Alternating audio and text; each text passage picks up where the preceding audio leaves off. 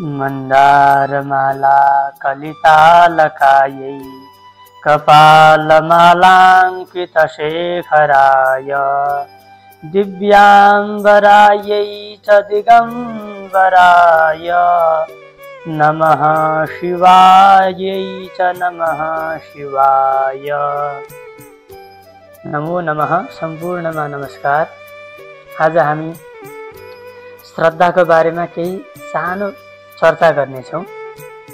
आखिरमा श्रद्धा केलाई भनिन्छ र श्रद्धाको परिभाषा के हो?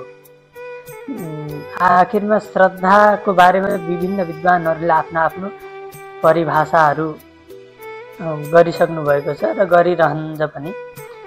तर हामी आज कुरा गर्नेछौँ श्रीमदाद्य जगद्गुरु शङ्कराचार्य भगवान पारचित विवेक चूडामणि नामक ग्रन्थमा रहेको, जसको श्लोक संख्या 26 छ, जो यस प्रकारको छ।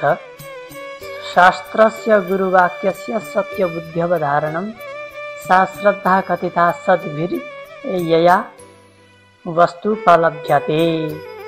जस अर्थ यस प्रकारको छ, शास्त्रमा र गुरुवाक्यमा जसले सत्य बुद्धि धारण गर्दछ त्यसैलाई नै सत्पुरुषहरूद्वारा श्रद्धा नामले कहेका छन् र जसले इप्सित वस्तु प्राप्त गर्नमा सहयोग गर्दछ।